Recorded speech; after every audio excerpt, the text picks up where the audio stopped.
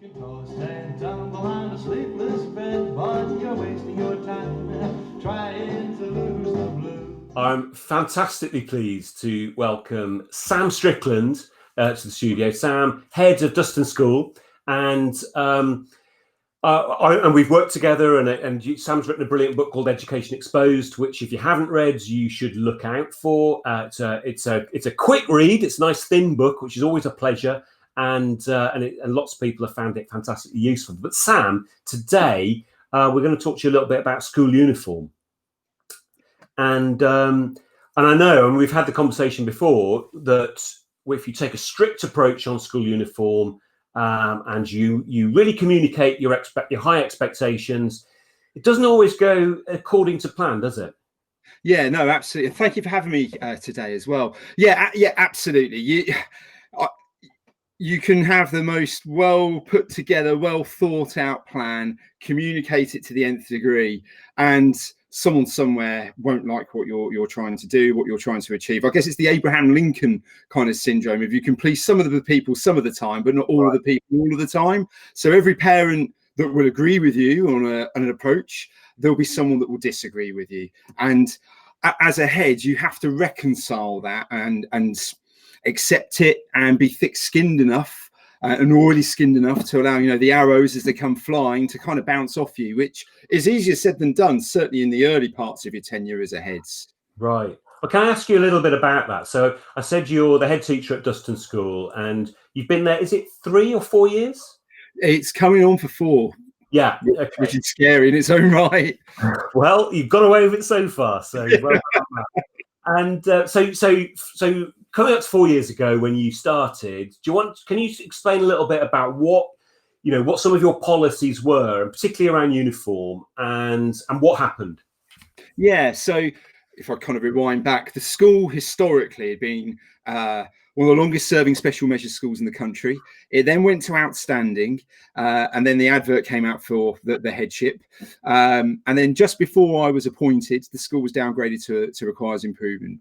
You then kind of fast forward to when I joined, and behaviour was off the wall. The uniform was okay, I guess, to be fair to the school, and there were big issues around the curriculum, and what you had was a staffing body that were quite broken actually through the experience that they'd had, and there was an exodus of staff as I was joining. About a third of the teaching staff were moving on to pastures new, so I had this kind of critical storm to kind of deal with. And I could go on and on and on about what it was like for hours on end, to be fair. But kind of going to your point, your question, yeah. I spent the first kind of 6 to 7 weeks trying to get to know as many people as I possibly could, meeting with all the staff individually, meeting with groups of pupils, talking to governors, of course, and talking to parents about the school to get a kind of a full sense and a full narrative of what was good, bad, and indifferent about the school. And from that, formulated what I felt needed to be done. Spent the next 7 weeks, which took us kind of in the build up to the new academic year in September, training people, training the staff in what we wanted and how it was going to work. Brought in people like yourself as well, actually, to talk to the staff about misconceptions, which was absolutely brilliant, and reaffirmed a lot of what I was saying, which is really powerful, and then communicated all of that out to parents. But then the start of the academic year, and I think the 2 points I've probably suffered it the most would actually be right at that start and now with COVID. They're the points where the parents have really kind of, without being harsh, have gone at it the most at me and criticised things the most. And it's because it's change. People don't like change. Okay. And there's always a feeling of, the halcyon days of the past. It was always, much better under the old head. And I'm sure that'll be the case in the future if I move on and someone else takes over for the next incumbent, bless them. But yeah, you get that initial... You get a day or two of grace when you bring new things in and everyone's like you and watching, waiting, and no doubt the social media groups start firing off and people are talking to one another. and then you get the concerns and the complaint style emails that come in. And if you're lucky, that's all kind of in-house and it stays with you and you respond to them and deal with them. And if you're really unlucky, it then goes to the media itself in terms of complaints that can be raised. Uniform-wise, what we needed to do when I joined was, instead of having to change the uniform as such, it was actually to clamp down on it, to insist that it was being worn properly. So the policy and just enforcing it. Yeah, the policy was really clear and really obvious. In terms of our pupils, they wear a shirt, they wear a tank top, they wear a blazer, a pair of trousers, or a skirt that's knee length, and a pair of shoes. But what I noticed in that first sort of 12 weeks in post is the definition of a knee length skirt went anywhere from one length to another. The definition of shoes, you would see pupils with the latest Nike Flyknit trainers popping in. They're black, sir, so they're all right, aren't they? You get every kind of bending of the rule that you can imagine. And for me, I think it's really important that you stick by what you say. If I want you to wear a white shirt, I want a white shirt. And the purpose behind it is the consistency factor. I don't think we need to make uniform ridiculously expensive for pupils. And I do think there is a purpose behind uniform, but actually it's meaning what you say and sticking to it. And it's about your standards and expectations, because if I'm prepared to allow you to wear whatever trainers you want, but I've said I want black shoes, then if I'm not going to enforce that particular policy line, then most of the other things I stand for are bendable, flexible, and I don't really mean what I say with anything that I'm doing. And then you can see holes being picked in everything within a school. Yeah, I suppose it's sweating school stuff. Yeah, and I one of the sort of rationales that has always made sense to me is that, particularly when you're working with teenagers, their role in life, or at least some of them, is to probe the boundaries and find out what the limits of acceptability are. And they will find them eventually. Everyone has their limits. And if you make the limits about things like what colour shoes you're wearing, then you're not having to have the battle about whether it's okay to spit at a teacher or throw a chair at a peer. How do you feel about that as a rationale? I think there's a degree of truth to that. I think if the kids can see that you sweat the small stuff, and you are, it sounds extreme, but you're going to sanction them if you have to for small infringements, then the chances are they won't test the boundaries and the water to such an extent that they'll be spitting at teachers, they'll be swearing at teachers. But I think it goes back to that Doug Lemov principle of you permit what you promote. What is it you're about? What is it that you want? And how consistent, more importantly, are you about it? And most behaviour systems, within reason, of course, will succeed or fall apart based on the level of consistency shown amongst the staff, but also the consistency of the heads, right, and the drive of the head to see something through. It's the spirit of your convictions, really, isn't it? Right.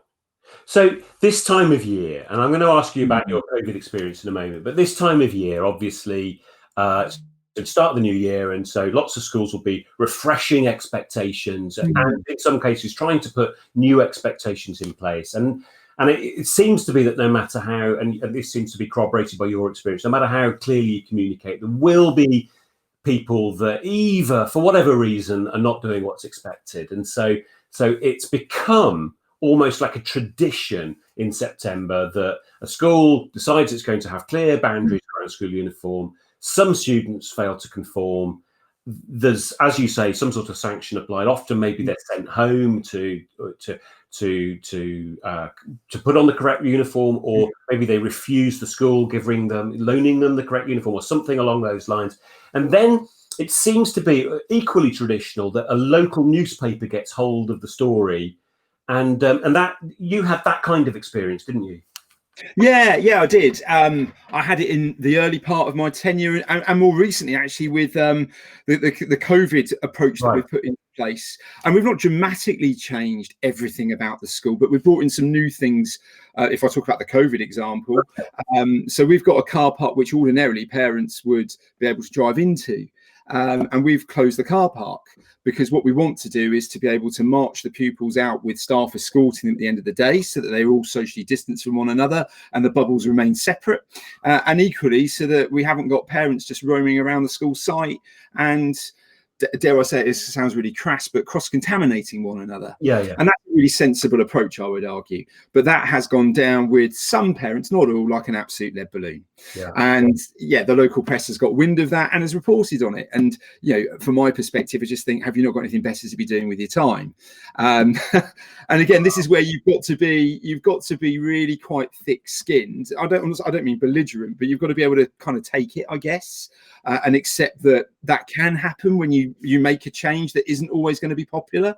And if my previous experience is anything to go by, and experience of other heads who've had similar experiences, it's kind of a stormy ride for a couple of weeks, and then it becomes chip paper, and it all settles down, and people then become accustomed and used to the new change. But there's that initial kind of backlash that you get from, probably when you distill it, 1% maximum of your parental population, but it feels like the universe is against you at that moment in time. That 1% can make a lot of noise. Absolutely, yeah.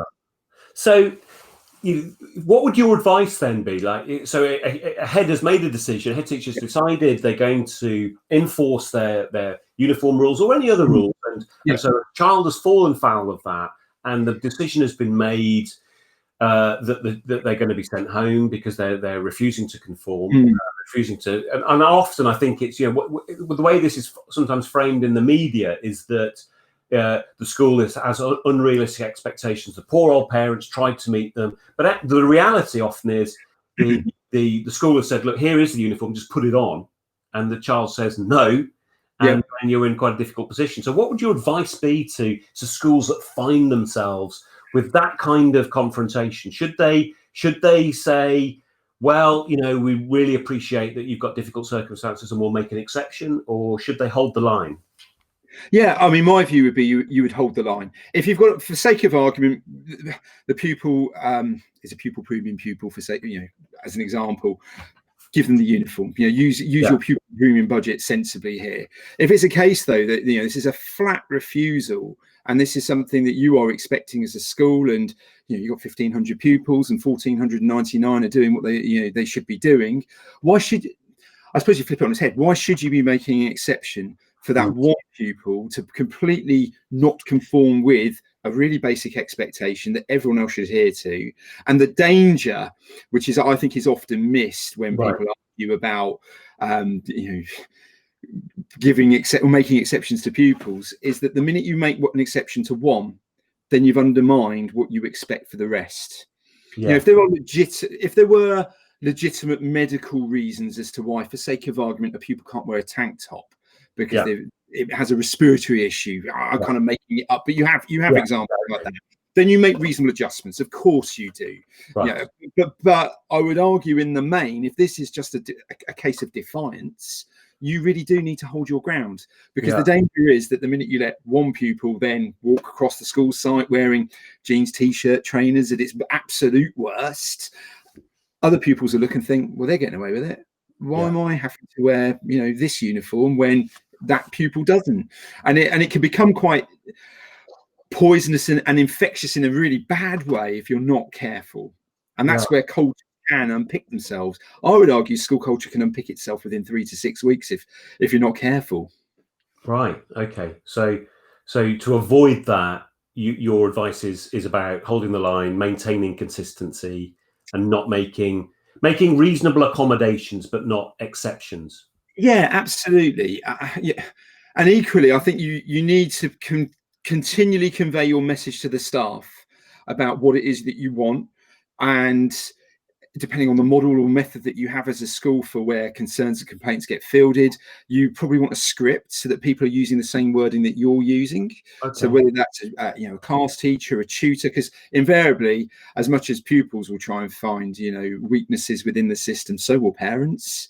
And which teacher is going to break the mold and go against the flow and throw the school under the bus and go, yeah, I agree, the uniform policy is a load of rubbish, and this is why. You need people to be saying the same thing, and equally you need to know that you're, as a head, that your governing body is going to be on board with you and back you up. That's a really good point. Important. And I guess at its absolute kind of extreme, you might need your chair of governors to send a missive out to parents as well that reinforces the school's expectations, and not to complain about those expectations because they're not moving, they're not changing. That is what this school is about. Okay, that's a really good point. Okay, so let me ask you a slightly different question, and I think we've kind of touched on it already briefly, but again, every year when there are arguments about uniforms, that there's a certain section of the commentariat that will make the point, why do we even need uniforms? There's plenty of countries in the world where students don't wear school uniforms. There's no particular strong evidence anywhere that says uniforms, particularly strict uniforms, have an effect on the academic ability of students. Why should we even bother having a school uniform? What's the justification in your mind, Sam? I mean, on one front, it's a very British thing, isn't it? And that's obviously an argument that's labelled against it. It's a very British-centric thing, and no one else does it. I think, if you're going to flip it, though, it's about that identity and belonging to being part of a particular community and a particular school and a particular establishment. And I use the terms, wear the uniform with pride a lot, wear this badge with pride, and no one is bigger than the establishment itself as well, including the staff. But it's on one front, it's about a sense of belonging, about a sense of collective, about a sense of community, and a sense of pride, which I've already mentioned. But equally, I would argue it's a social leveler as well. We get the arguments, don't we, about Scandinavia don't have uniform, and are they culturally, socio-economically comparable to the UK? I think we're going to have to do a massive study around that. But I imagine the demographic and the dynamic of that country to ours is quite different. And if you're serving a school, for sake of argument, that's got a real bandwidth of society, that you've got everything from Johnny that gets dropped off in the latest BMW hybrid worth 60,000 and dad's a lawyer, all the way down to somebody whose parents haven't got 2p to rub together. If we say wear what you like, which I hear the argument for it, the flip side is that you're going to have those pupils coming in Armani and Ted Baker and Nike and whatever else, all the latest designer clobber, and you're going to have those pupils that will end up not wearing any of those types of clothes. And we could debate whether that's right or wrong till the cows come home. But as a 12 or 13-year-old pupil or child, you are acutely aware that what you're wearing doesn't match up to your peers, and the chances are they're gonna poke fun at you. And even if they don't, there is a self-consciousness that goes with it as well. And I think, to my time in an all-girls school, which I taught in for nearly 5 years, the level of worry and concern over wearing your own clothes was extreme, and the anxiety that was attached on non-uniform days. On non-uniform days. But equally, I was ahead of sixth during my time in that school, and for the first 2 years, the uniform policy was smart business wear, which the bandwidth of understanding a smart business wear is insane. Yeah. And we turned it into a sixth form uniform, and actually the pupils themselves requested it to try and get rid of this constant worry in the morning of what do I wear and what length skirt and what top goes with what bottoms. Wow. I think it just eradicates all of that. You're not going to wake up in the morning and think, right, which top? It's the uniform. You wear the uniform. It simplifies things, I would argue. Okay, no, that makes sense. So in your mind, just the uniform is a social leveler. It actually simplifies things, so you can think about more interesting things, and you've got that sense of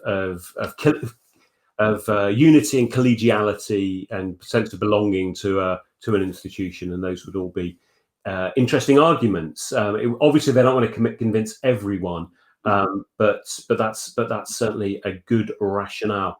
I definitely, I think that, and you'll be acutely aware of this as a head teacher, that, students are going to be doing, often doing what they can. Well, when I was at school, the trick was that you just wore the thin bit of your tie and tucked in the fat bit behind. And that was, a marker of, in a school that I worked in, if you wanted to be considered to be, one of the cooler lads, you had the collars of your AirTechs up, so that everyone knew you were a bit of a radical.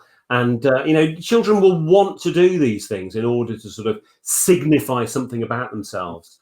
And how do you deal with those minor infringements? They're wearing the correct uniform, but they're not doing it. They know that they're breaking the spirit of it. What's your response to that?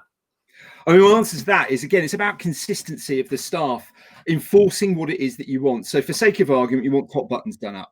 And I've worked in an establishment that has wanted that. And we could debate whether that's a sensible approach or not, but that was what that school wanted in terms of uniform. It's everybody singing off the same hymn sheet. And again, you are as strong as your weakest link. The first person that goes, man, it doesn't really matter, is when it starts to unpick itself. But it has to be led by their heads. Whatever you want in a school has to be driven by the head teacher. And if the head teacher doesn't drive it, doesn't make it part of the school's culture, the school's DNA, it doesn't happen. I'm just going to return to that point about top buttons. I've worked in a school which had a very strict policy around top buttons, but it wasn't universally enforced. And I used to spend a lot of my time standing at the top of the stairs into the English department, sort of doing that and do that, because they knew that I'd be there. And then they go past you and they undo it again, and you can't see them. And But my take on that was exactly as you've said. If that's the rule, then that's what I'm going to do.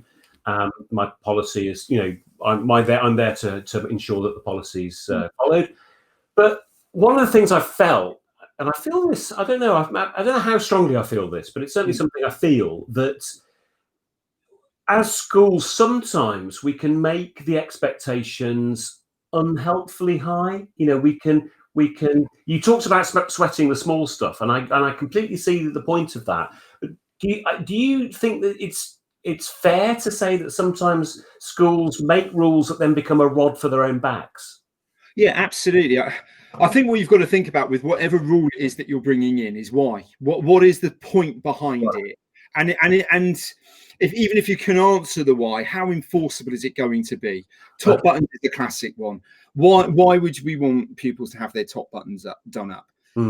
Okay, it might look smart, I guess. If I'm honest, my own view, I don't think we really need to worry about sweating over whether kids have got the top button done up or not, because institutionally, in terms of opportunity cost, my staff are going to spend all their time going top button, top button, top button, and not be doing the other things that they probably need to be doing. So I think it's also thinking, yes, I've got this policy or this expectation, but how realistic is it as well? And it's marrying the two things up so that you know that you're going to get what you want, I guess is the best way to put it. Right. Okay. That's so. Just and on slightly on that subject, but a different angle. One of the other common complaints about uniform is the expense, and there are some schools, and I'm certainly not going to mention any individual schools, where the cost of an average school uniform seems very high. I've no idea what it is at Dustin, but from what you've said, it feels that you've probably gone for a proportional recommendation there. But what's your view on that kind of thing? The really expensive school uniforms and the expectation that parents, if you want to come to this school, then this is what you have to buy. I mean, under DFE and ESFA guidance, we're meant as schools to make uniform affordable, and whilst it's not statutory, it's heavily recommended. Right. And I think, again, going back to that notion of creating a rod to beat our own back with, what is it that we want? And I think about the uniform that we have in my own school, and I'm not saying we've got everything right, but the tank top and the blazer, which have got the school logo on them, are relatively inexpensive. And then the shirt, the trousers, the shoes, the socks, whatever else, they're all generic. Buy it from wherever you like. Do you know what? I'm not going to say you have to have a pair of trousers with a Dustin badge with a Dustin blue stripe on it, which is 50 quid a pair. When actually you could buy a pair of trousers reasonably for probably £7 or £10 in Marks and Spencer's or Asda or wherever else.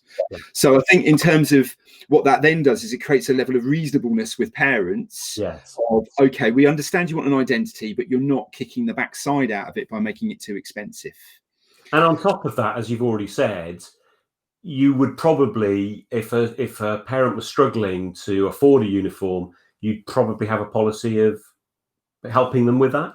Yeah, absolutely. So we would, if they're pupil premium, FSM, we'd pay for the uniform for them. If there were if there was a disadvantaged reason, sorry, that's not that's a I know clumsy. what you mean. If they needed financial assistance, we would be absolutely receptive, and we would use our disadvantage fund to provide that for a pupil. And then no one else would know. And I think that's the other beauty of a uniform, is that nobody really knows what someone's parental income actually is. You might guess, but you're not going to know. Right. Okay. Sam, that all sounds very sensible. What I mean, you've already said, about the type of reporting where why don't you have anything better to do, to report? But clearly, for local newspapers, sometimes even national newspapers, they report on this stuff because it gets views. It's people are interested in it. And I think one of the things that really surprises me, as somebody that reads a newspaper, I'm pretty supportive of schools following, having rules and following them. Why isn't that interesting, do you think? Why don't newspapers or the media want to tell those stories? The schools turning things around and having higher expectations. What do you think's gone wrong there? I think what's gone wrong is the uniform aspect is seen to be controversial. You've got this poor family with this poor child that didn't know what the uniform policy was, clearly didn't go to the open week or open evening a year before they selected the school. They've not really considered the fact that parents have selected to go there. Obviously, that child then, they don't report on the fact that child would have engaged in a series of transition days in the summer term where behaviour and uniform expectations would have been explained to parents. All of the background communication that would have gone out to primary schools and to parents in general, none of that is considered. It's just the controversy of school kicks pupil out for having a hooded top on, and they know, of course, that school people that hate school, and there are adults obviously that do not like education for whatever reason, and just adults in general go, oh wow, yeah, let's read that, that's great. And you can see it on social media platforms that follow from it. It is clickbait, and you get a tirade of comments. Okay, well, we will do what we can on our tiny corner of the media to promote.